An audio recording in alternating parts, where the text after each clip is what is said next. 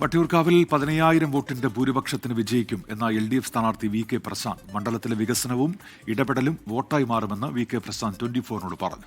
R ശ്രീലേഖയുടെയും K മുരളീധരന്റെയും വരവ് മത്സരം കടുപ്പമുള്ളതാക്കിയെന്നും VK Prashant പറഞ്ഞു.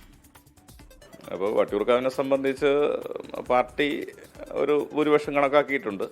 പക്ഷേ സ്ഥാനാർത്ഥി എന്ന നിലയിൽ ഞാൻ കൂടുതൽ ഭൂരിപക്ഷം പ്രതീക്ഷിക്കുകയാണ്. 15,000 മുകളിൽ വോട്ട് ലഭിക്കുമെന്നാണ് സ്ഥാനാർത്ഥി എന്ന നിലയിൽ എൻ്റെ കണക്കുകൂട്ടൽ. ഇപ്പോൾ വട്ടിയൂർക്കാവിനെ സംബന്ധിച്ച് നടത്തിയിട്ടുള്ള വികസനങ്ങൾ, മണ്ഡലത്തിലെ ഇടപെടലുകൾ ഇതെല്ലാം തന്നെ വോട്ടായി മാറും. വട്ടിയൂർക്കാവിൽ സ്വാഭാവികമായിട്ട് ഇതൊരു നഗരമണ്ഡലമാണ്. സ്ഥാനാർത്ഥികൾ പ്രബലരായിട്ടുള്ള ആളുകൾ വന്നു. ശ്രീലേഖ IPSും കെ മുരളീധരനും ഉൾപ്പെടെയുള്ള സ്ഥാനാർത്ഥികൾ വന്നു. അപ്പോൾ അത് തീർച്ചയായിട്ടും മത്സര ചിത്രം കുറച്ചുകൂടി കടുപ്പമുള്ളതാക്കി മാറ്റിയിട്ടുണ്ട്.